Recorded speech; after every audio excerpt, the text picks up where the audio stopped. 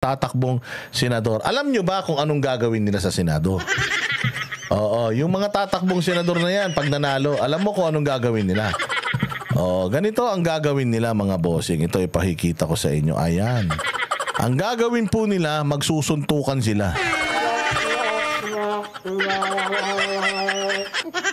Senador Zubiri at Cayetano nagkainitan kaugnay ng voting rights ng mga taga-Embo Barangay. Tawagis yan. Sige, putas. Siyempre malapit sa puso ni Cayetano to. Kasi siyempre lugar nila yan eh. Kaya lang, eto daw si Zubiri, di umano, kapag patungkol sa lugar niya, maraming beses daw siyang humihingi ng pabor.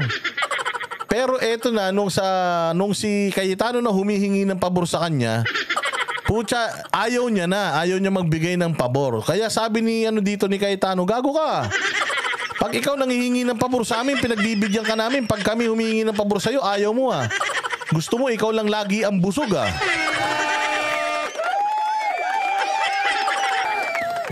Ito ang mga gagawin. Ito ang mga gagawin ng mga senador sa Senado. Ito, pasok. Nagkataasan ng boses at muntikan pang magsuntukan. Nagkataasan ng boses at muntikan pang magsuntukan. Sina Senators Mig Zubiri at Alan Peter Cayetano. Nagkainitan sila nang biglang palutangin ni Cayetano ang resolusyon tungkol sa karapatang bumoto ng 10 barangay na dating sakop ng Makati City pero tagig na ngayon. Nasa frontline ng balitang niya, si May Ann Los Baños.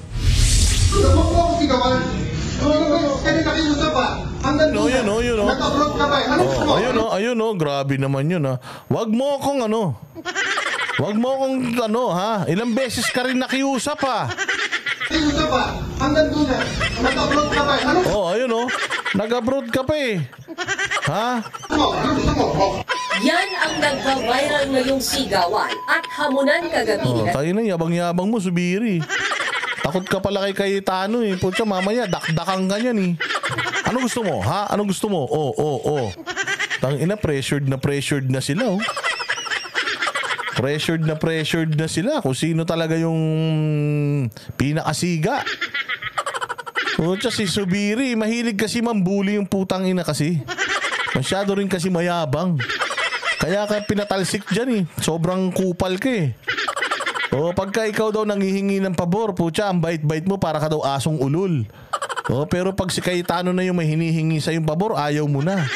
Ang ina nyo, ba't kasi kayo naghihingian ng pabor? Bakit hindi nyo kasi gawin yung tama? Nabibisto kayong mga senador, kayong mga gunggong kayo sana inisip nyo, tama ba to? Kung tama to, then dapat masunod yung tama, hindi yung ipapakiusap. Padrino system So parang lumalabas dito, Senator Cayetano, na padrino kayo dyan. Pag si Zubiri nanghihingi ng pabor, binibigay nyo. Bakit pabor? Bakit hindi kailangan yung pagdebatihan kung tama ba o hindi yung isang panukala? Ba't kailangan may pabor? So ibig sabihin, putang ina, mga politiko talaga kayo, mga epal kayo pare-pareho. Diba? Halimbawa, itong panukala na to. Ipupush ba natin to o hindi? Pagdidebatihan nyo yun. Kung ako sponsor, i-defend ko yun. Kailangan, the ins and outs of yung panukala na yun, alam ko kung paano i-depensa. And then, kapag hindi ka nila nabasag, hindi nila nabali yung iyong argumento, ibig sabihin, panalo ka. Therefore, dapat magpustro yan. Tama? Hindi. Ang ginagawa nyo dyan, may panukala ako, pre. Baka naman. Pwede, sang-ayunan mo na to. Sang-ayunan mo na to. Tapos, pag meron ka din, sang-ayunan ko din, Ganunan kayo Putangin na nyo Nakakahiya kayo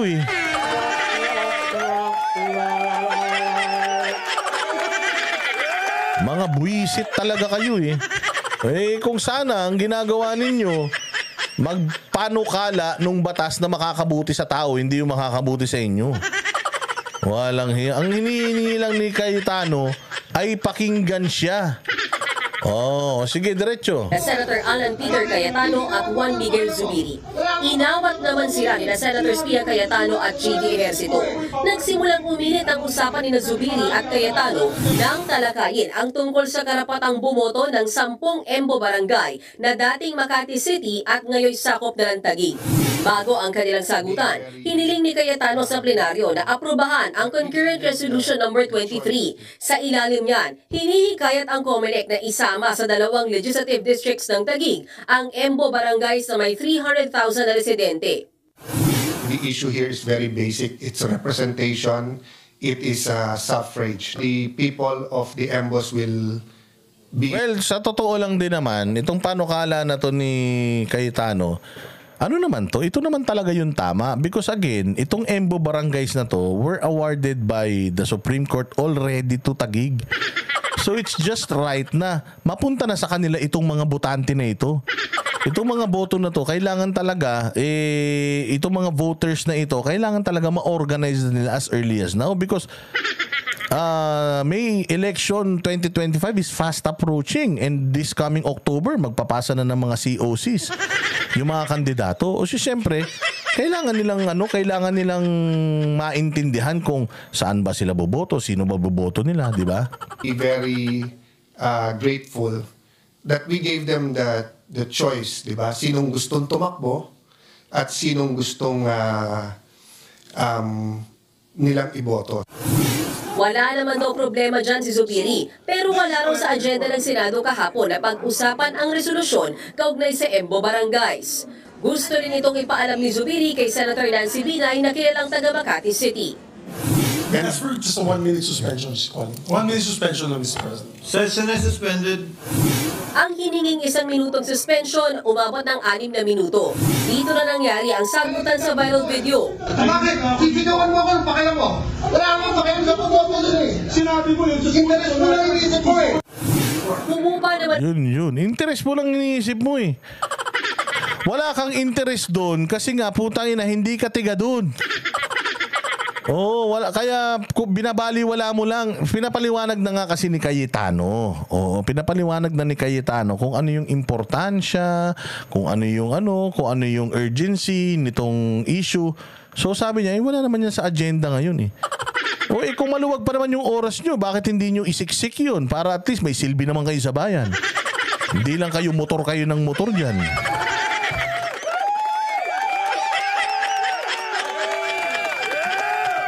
intensyon ang magbalik ang sesyon. Dito'y pinunto ni Zubiri na total wala naman sa agenda ng Senado ang usapin ng pagboto ng mga taga-Embo Barangay, baka pwedeng bukas na lang nila ito pag-usapan para masupag-aralan pa. Ang akin lang sana, explain sana sa amin ano itong pag-usapan natin. Yun lang. Bigla Ine-explain sa'yo naggano ka. Mas inuna mo sagutin yung cellphone mo. Ine-explain nga sa'yo Subiri, para naman tong ogag Ini-explain nga sa'yo, kaya nga siya nagsasalita doon. Anong ginawa mo? Wait lang, may tumatawag sa akin. Suspended mo. Sino ba yung tumawag sa'yo? Kabit mo ba yun?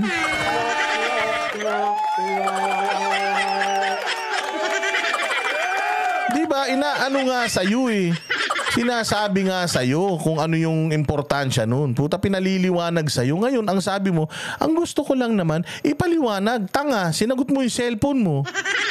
Hindi mo sana sinagot yung cellphone mo. Di sana narinig mo yung paliwanag. Inuna mo pa yung personal mong personal mong ginagawa Kesa dun sa mga trabaho nyo yan, kanina pa pinapaliwanag na sa'yo, di mo narinig. Kung sino-sino kasing kapon-pal mo we don't wanna be like other establishments na in the midnight hour we're passing measures.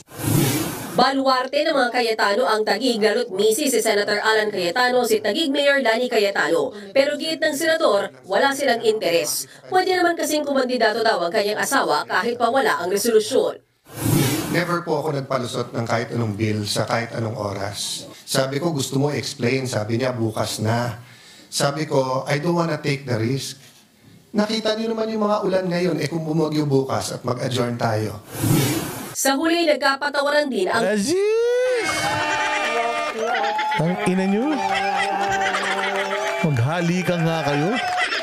Maghali ka nga kayo kung talagang totoo yan. Tangina nyo, kayo-kayo na naglulukuhan pa kasi kayo eh.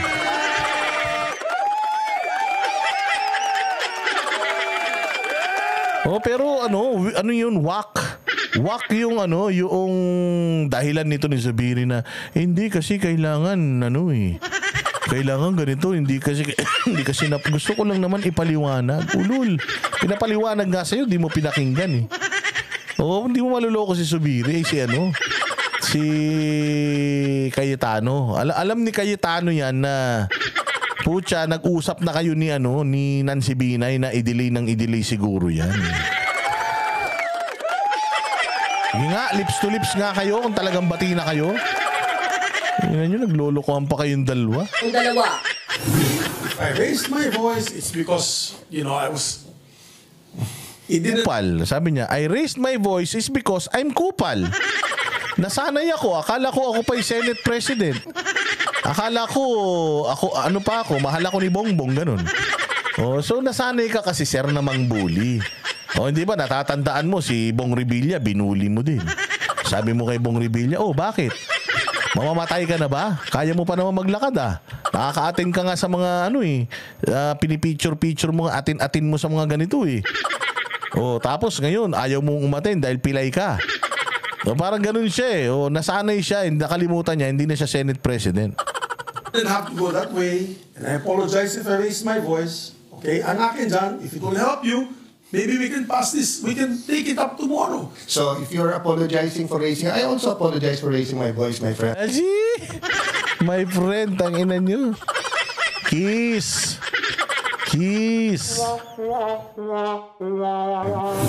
Ayon kay Senate President Jesus Cordero, nangyayari namang nagpapasa ng resolusyon na hindi kasama sa agenda ng Senado.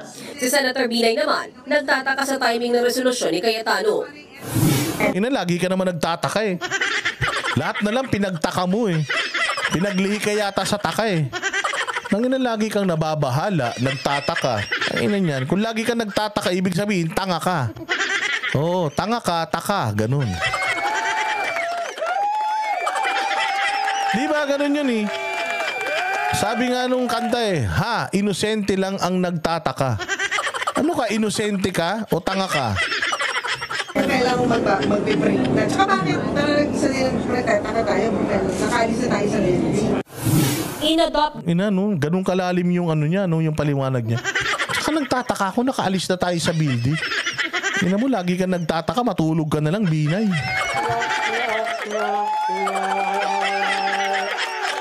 Puro kataka. Dinag Senado kagabi ang Concurrent Resolution number 23 at dahil hindi naman ito batas, ang tanging magagawa lamang ito ay maipaabot ang panawagan ng Senado sa COMELEC na hanapan ng paraan kung paano makakaboto ang mga residenteng sakop ng nasabing 10 EMBO barangays. Mahalaga daw na maipaabot agad ito ng Senado sa COMELEC dahil sisimulan na ang filing ng Certificate of Candidacy mula October 1. Yes, so that's how urgent this issue is. That's why it cannot wait until tomorrow. Oo, ganun yun. Sobrang urgent na itong issue na to talaga. Kasi nga, syempre, kawawa rin naman yung mga taga-EMBO. Di nila alam kung ano ba talaga, boboto ba kami? Hindi. Saan ba kami boboto? Sa Makati ba? Sa ano ba?